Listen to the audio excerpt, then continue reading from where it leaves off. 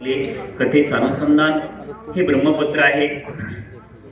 ब्रह्मपत्राचं लेखन प्रत्यक्ष ब्रह्मदेवानी हनुमंतरायाच्या स्वइच्छेने हे ब्रह्मपत्र 8 अध्यायाचं लिहिलेलं आहे. आणि या ब्रह्मपत्रामध्ये विशेषतः विश्वास आहे. ब्रह्मपत्राच्या सुरुवातीलाच विश्वास हा या 8 अध्यायामध्ये विश्वासाला जास्त प्राधान्य दिलेलं आहे. अत्यंत विश्वास. बघा, वस्तू जरी निर्जीव असेल, अंगठी ही वस्तू आहे, निर्जीव आहे, पण दोघांचाही विश्वास आहे. सीतेंचाही अंगठीवर विश्वास आहे आणि हनुमंतरायाचाही विश्वास आहे आणि रामाचाही विश्वास हनुमंतरायावर आहे म्हणून दिलेला आहे. वस्तू तरी निर्जीव आहे, विश्वास आणि प्रेम या ब्रह्मपत्रामध्ये उच्चांक टोक म्हणजे विश्वास आणि प्रेम आहे. म्हणून आता हनुमंतरायाला श्रीरामाच्या स्वरूपाचं वर्णन माऊली विचारायला लागल्यात आणि विचारताना हनुमंतरायाची अवस्था वर्णन करत असताना आता तुमची चेबडे महाराजांनी सांगितलं, सुंदर असं चिंतन मांडलेलं आहे. पूर्वीपासूनच त्यांना ओढ आहे तत्वज्ञानाची. अभिनंदन आहे बरं का त्या तत्वज्ञानाचं. आता त्या तत्वज्ञानाची अत्यंत या भारतभूमीला गरज आहे, तत्वज्ञान. आणि खरंच ते आपण घेण्यासारखं आहे. म्हणून ज्यावेळेस हनुमंतरायाला आता सीतामाऊली विचारणार आहे आणि विचारत असताना हनुमंतरायाच्या स्वतःवस्थेचं वर्णन नाथबाबा पहिल्याच ओवीमध्ये करतात, ज्ञान आणि विज्ञान. आपल्याकडे नुसतं या ठिकाणी विज्ञान आहे, ज्ञान आहे का हो? पण हनुमंतरायाकडे दोन्ही अवस्था आहेत म्हणतात. आणि त्या दोन्ही अवस्थेला परमोच्च टोकाला नेण्याचं कार्य करण्याची शक्ती त्यांच्या संपूर्ण जीवनामध्ये, ज्ञान आणि अज्ञान याला या ठिकाणी गिळांकृत केलेलं आहे म्हणे. आणि मग श्रीरामाचं आम्ही ज्ञानामध्येही मोडत नाही आणि अज्ञानामध्येही मोडत नाही. परंतु हनुमंतरायाचं वर्णन करत असताना सुरुवातीलाच या नाथबाबाच्या ग्रंथाने सांगितलं, ज्ञान आणि विज्ञान याला जिंकणं. आता तुम्हाला वाटत असेल गिळणं शब्दाचा अर्थ काय हो? त्याला जिंकणं, ज्ञानालाही जिंकणं आणि अज्ञानालाही जिंकणं. आणि त्याच्यामध्ये या ठिकाणी आधी स्वरूप शांतीच्या समोर परमात्म्याचं वर्णन करायचं आहे. पहा, संपूर्ण जगाला संपूर्ण शांती, प्रत्येक उंबरट्याला शांती. 3 भुवनाचा जेवढा काही उंबरटा आहे त्या 3 भुवनाच्या उंबरट्याला पुरून उरलेली शांती जी आहे आमच्या परमेश्वराची अर्धांगिनी आहे. आणि त्याच्या पुढे अशा परमात्म्याचं वर्णन करायचं आहे. म्हणून सांगत असताना म्हणू लागले की संपूर्ण ज्ञानाला आणि संपूर्ण अज्ञानाला जिंकलेलं आहे आणि आता परमात्म्याचं वर्णन माऊलीच्या पुढे करायचं आहे. म्हणतात, सीतेने पुसली श्रीराम कथा, त्याची सांगावया स्वरूपता, उल्हास हनुमंताचे चित्ता, यथार्थता संगत. आता या उभीनं भर कशाला दिलेला आहे? चित्ताकडे नेलं. बघा, आता सीतेने ज्या प्रकारे विचारलेलं आहे त्याच प्रकारे सांगायचं आहे.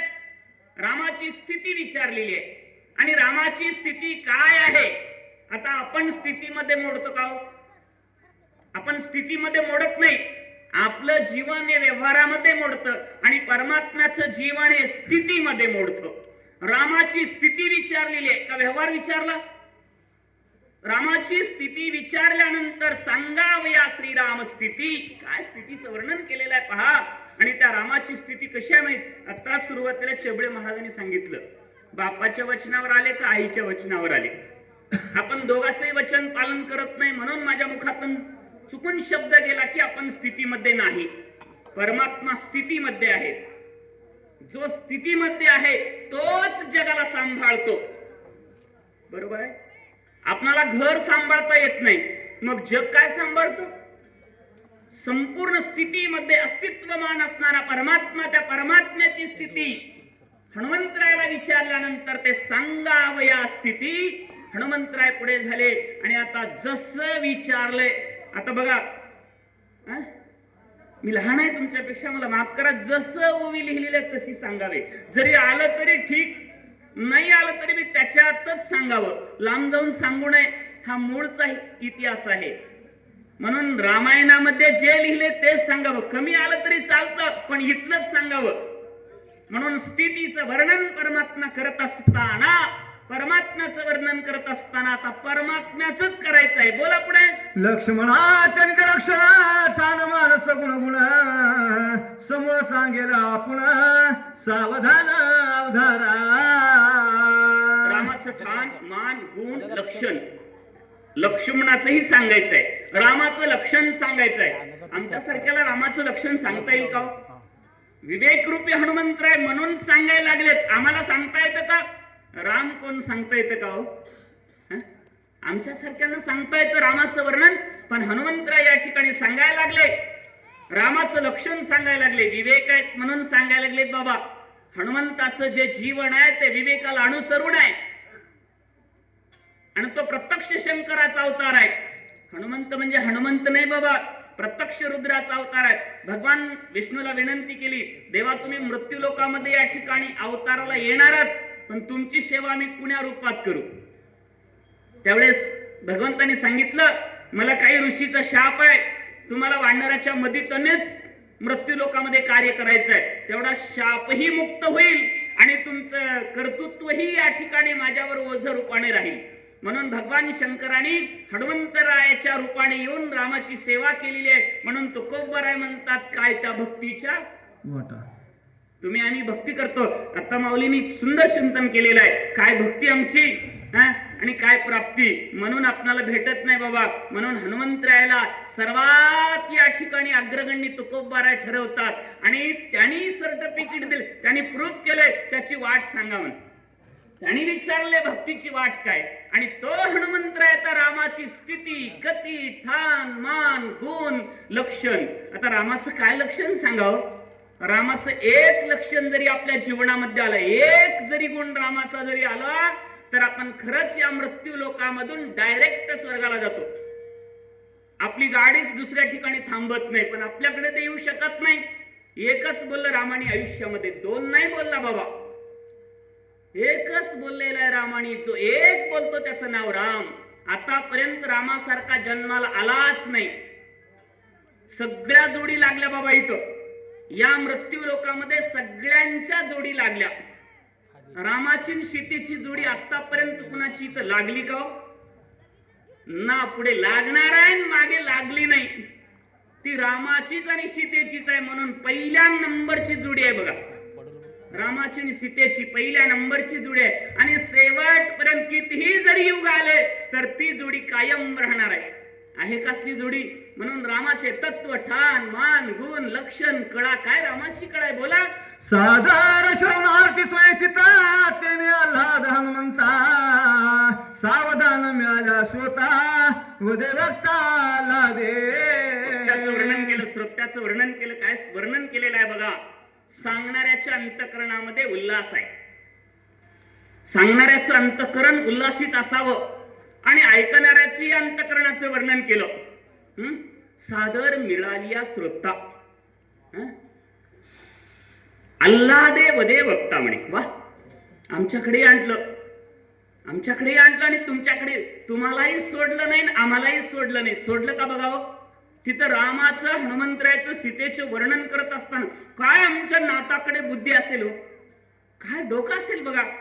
ब्रह्मपत्राचे 8 अध्याय लिहिले, 1500 ओव्या त्याच्यामध्ये, आणि हे ओव्या प्रत्यक्ष या ठिकाणी ब्रह्मदेवाने लिहिलेले आणि त्याच्यावर आमच्या नाताने टीका केलेली आहे. आणि शक्तिकांडांचं स्वतः गावरायाने लिहिलेले. त्यात 1135 ओव्या आहेत. आणि तिथं म्हणतात आपल्या देखील स्थितीचं, आपल्या ऐकणाऱ्या लोकांचं वर्णन देखील केलं. एखादा श्रोता आणि एखादा वक्ता, त्याचं अंतःकरण कसं असावं सांगितलं. मग आता माऊली सीतेची अवस्था कशी आहे, हनुमंतरायाची अवस्था कसं आहे? ते मूर्तिमंत शांतीचं रूप आहे आणि हे मूर्तिमंत विवेकाचं रूप आहे. सांगणारा विवेक आहे, ऐकणारी शांती आहे. काय सांगायचं काय ऐकायचंय पहा आता. बोला. श्रीराम रूपाचे स्वरूप रूपे जिंतरा कंदर्प परितू रूपेची अरूप चित स्वरूप श्रीराम. शेवटच्या स्टॉप मध्ये सांगितलं हनुमंतरायाने, चित स्वरूप श्रीराम. आता काय सांगायचं रामाचं स्वरूप? राम रूपेची अरूप रूपे चिंतिला कंदर्प. जे मला मिळालेलं रूप आहे असं म्हणून जे मिरवणारे जगामध्ये कुणाला रूप मिळालं? या जगामध्ये संपूर्ण या ठिकाणी अस्तित्वाला आलेल्या प्राण्याला जे रूप मिळालं त्याच्याही पुढे परमात्म्याचं रूप आहे म्हणतात। आणि आपल्याला सर्वांना कोणी दिलं रूप? आपणाला जे मिळालंय कुठून आलं? पण त्या परमात्म्याचं रूप कसं आहे? रूपाच्याही पुढे। म्हणून वर्णन करत असताना रूप पाहता रूपाच्या अभंगामध्ये वर्णन केले बघा। इथं बी रामाचं रूप वर्णन करत असताना म्हणाले रूपे जिंकिला कंदर्प। रूपाने जिंकला का ज्ञानाने जिंकला? रूपाने जिंकले। राम आतापर्यंत कुणालाच जिंकवत नाही आणि रामाचं रूप आतापर्यंत कुणालाच मिळालेलं नाही। राम तो राम ना, रामाचं रूप आपणाला मिळेल का? मिळू शकेल? रूपे चिंतिला कंदर्प परी ते रूपेची आरूप शेवट सांगतात चित्त स्वरूप श्रीराम। आता चित्त स्वरूप आता आमचे माऊली आहे तिथं चित्त शब्दाचा अर्थ, चित्त शब्दाचा अर्थ चित्त स्वरूप ज्ञान स्वरूप म्हणते तिथं। रामाचं स्वरूप हे ज्ञानाचं स्वरूप आहे म्हणे। आपलं स्वरूप कसं आहे? आपलं स्वरूप आपल्या स्वरूपामध्ये काय बसतं आणि रामाच्या स्वरूपामध्ये काय बसतं? रामाच्या स्वरूपामध्ये निखिल ज्ञान बसतं। रामाचं स्वरूप ज्ञानाचं स्वरूप आहे आणि आपलं स्वरूप आपल्याकडे ज्ञानही नाही आणि मूळ स्वरूपही नाही। म्हणून परमात्म्याचं स्वरूप सांगत असताना हनुमंतराय सांगू लागले शांतीरूपी सीतेला म्हणतात राम चित स्वरूप आहे, ज्ञानाचं स्वरूप आहे म्हणतात। राम राजवरचना जगाचे नैना सादृश्यते नैना परी देखना डोळे विना देखणे पण ते त्यांचे। रामाच्या देखण्या दृष्टीचं वर्णन केलेलं आहे। रामाचं वर्णन करत असताना दृष्टीचं वर्णन केलं बघा। सर्वात महत्वाची आपल्या जीवनामध्ये दृष्टी आहे आणि रामाची दृष्टी आणि आपली दृष्टी याच्यातलं फरक सांगितला। रामाचं जीवन आहे, रामाची जी दृष्टी आहे द्रष्टेवीन आहे म्हणे। एक एकच शब्द सांगायला लागलो, द्रष्टेवीन। आपण डोळे असून बघतो असं सांगायचंय मराठीत। आपण डोळे असून बघतो ना, पण त्या डोळ्याला अत्यंत सूर्याची गरज आहे। आपल्या डोळ्याला प्रकाशाची गरज आहे पण प्रकाशाला रामाच्या डोळ्याची गरज आहे। जो प्रकाश म्हणून जगामध्ये तुम्हा आम्हाला प्राप्त झालेला जो प्रकाश आहे त्या प्रकाशावर आम्ही चालतो आणि त्या प्रकाशाला परमात्म्याची दृष्टी लागते। म्हणून सांगितलेलं आहे डोळे वीण देखिजे। आपण डोळे असून पाहत नाही का? जे सत्य आहे ते डोळे असून पाहत नाही। आपल्याकडे जे सत्य आहे ते डोळे असून पाहत नाही आणि राम डोळे नसून पाहतो। एवढाच फरक आहे रामामध्ये आपल्यातला बघा। या ओळीचा शब्दशार आणि ते हनुमंतराय सांगायला लागले आई माझा राम तुम्ही डोळे असून बघत असाल पण माझा राम डोळे नसताना पाहतो। आता किती डोळे आहेत जगामध्ये? 84 लाख येऊन आहेत। किती डोळे असतील? त्या सगळ्या डोळ्यांना दृष्टी प्रदान करणारा तो माझा परमात्मा आहे असं हनुमंतराय सीतेला सांगू लागले। हे खरं आहे का सांगणं? दृश्य देखे तत्वगुण श्रवणात देखणे नयन सर्वांग देखणार गुणंदन डोळे विना देखत। डोळे विन सर्वांग देखना, सर्वांगाने देखणं। आता अंग किती आहे? तो अष्टांग आहेत, अष्टांग आहेत ना। सर्वांग देखना आपण एकाच अंगाने पाहतो। आपण डोळ्यांनीच पाहतो का कानाने पाहतो? आपल्याला शक्ती आहे का त्या कानानं पाहण्याची? हातानं पाहतो का? 8 अंगाने पाहतो म्हणे राम। दृष्टे वीण देखिजे म्हण वस्तू आहे डोळे म्हणून पाहतो। रामाकडे हे दोन्ही नाही म्हण, वस्तूही नाही डोळाही नाही तरी पाहतो। काय आता सांगत असताना कसं ज्ञान सांगायला लागले पहा। किती तत्वज्ञ आहेत। सांगणारा, लिहिणारा, ऐकणारी शांती आहे, ऐकणारी त्या परमात्म्याची अर्धांगिनी आहे। त्यांच्या जवळ असून हे ज्ञान अवगत नाही पण ते भक्तांना अवगत आहे बघा। हनुमंतरायांना अवगत आहे काय? रामाची या ठिकाणी माझ्या दृष्टी आहे संपूर्ण सर्वांग देखना म्हण। आता सांगत असताना किती उल्हास आहे बघा। समोरचा व्यक्तीही या ठिकाणी अंतःकरणातून ऐकायला लागलेला आहे। हनुमंतराय सांगायला लागले माझ्या श्रीरामाचे जेवढे अंग आहेत तेवढे संपूर्ण अंग देखणे आहेत म्हणे। म्हणून आपल्या अंगाचं आपल्या दृष्टीचं वर्णन केलेलं नाही, परमेश्वराच्या या ठिकाणी अंगांचं वर्णन केलेलं आहे, दृष्टीचं वर्णन केलेलं आहे। डोळे वीण श्रवणे वीण। आता राम देखील या ठिकाणी दृष्टीच्याही पलीकड जाऊन पाहतो म्हणतात. कुंडले वर्णिती साकार एक म्हणती मकराकार श्रवणे मावळती विकार निर्विकार निजलेने. रामाच्या कानात असलेल्या कुंडलाचं वर्णन करत असताना कोणी या ठिकाणी बांधलं त्या कुंडलाला. वर्णन करत असता बांधलं. कोणी म्हणतं साकार आहेत, कोणी म्हणतं निराकार आहेत, कोणी म्हणतं आकार आहेत, कोणी मकराकार आहेत. कुंडलाचं वर्णन करत असताना कुंडले म्हणती साकार, परी ते निर्विकार. विकाराच्या पुढे विकाराला जिंकलेले आहेत. आता विकार प्रत्येकाला माहिती आहेत, ते विकार आपल्याकडे आहेत, पण परमेश्वराच्या या ठिकाणी संपूर्ण या ठिकाणी जीवनामध्ये विकार आहेत का? जर विकार असला असते तर त्याला निर्विकार हा शब्द पुढे आलाच नसता. निर्विकार शब्द रामाचं स्वरूप, रामाचं जीवन, रामाचं श्रवण हे निर्विकार आहे. दृष्टी कशी आहे रामाची? आत्ताच आमच्या महात्म्याने सांगितलं. सुंदर असं चिंतन केलेलं आहे. फार एक असे 10 ते 15 पॉइंट असे मी बसून ऐकलो.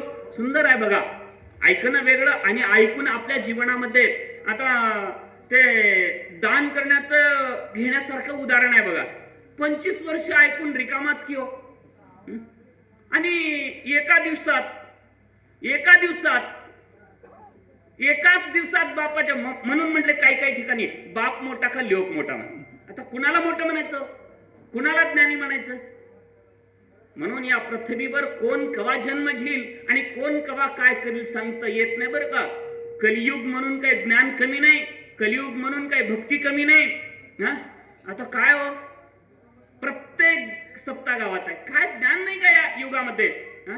या भारत भूमीला, माझ्या या भारत भूमीमध्ये अन्नाचा एवढा तुटवडा होता. आता या परमेश्वराच्या कृपेने एवढं सुंदर जीवन माझ्या भारत भूमीच्या लोकांचं चाललंय. असं सुंदर जीवन पहिल्या युगात नव्हतं. एवढं सुंदर जीवन आमच्या परमेश्वराच्या. हे कुणाच्या कृपेने चाललंय? आपल्या प्रयत्नाने चाललंय, आपल्या कृपेने चाललंय? या परमेश्वराच्या कृपेने या नितांतर सृष्टी चालत आहे. कुणी उपाशी हो का बाबा? आता देश दुसऱ्याच्या ताब्यात होता आपला. या परमेश्वराने एवढी सृष्टी आनंदी चालवायला लागलेत. म्हणून तो पोसितो तो एकला जगासी म्हणे. आणि त्या परमात्म्याचं वर्णन करत असताना शांती ब्रह्म या ठिकाणी एकनाथ महाराज म्हणायला लागले, हनुमंतरायाच्या रूपाने तुम्हाला आम्हाला सीता पुढे आहे. हनुमंतराय सांगायला लागलेला आहे. म्हणू लागले सर्वांग देखणा. आणि रामाच्या कानातले कुंडल आहेत. ते कुंडल एखाद्याने जर पाहिलं आणि पाहिल्यानंतर त्याची दृष्टी त्या जर या ठिकाणी कुंडलावर कानावर गेली आणि ते जर श्रवण रूपी आपले जे कान आहेत, श्रवणे विकार मावळती. आता इकडे येऊन सांगितलं शेवटी होई, आपले जे श्रवण इंद्रिय आहेत ते हे चारित्र्य ऐकल्यानंतर, ही कथा ऐकल्यानंतर आपले देखील श्रवण इंद्रिय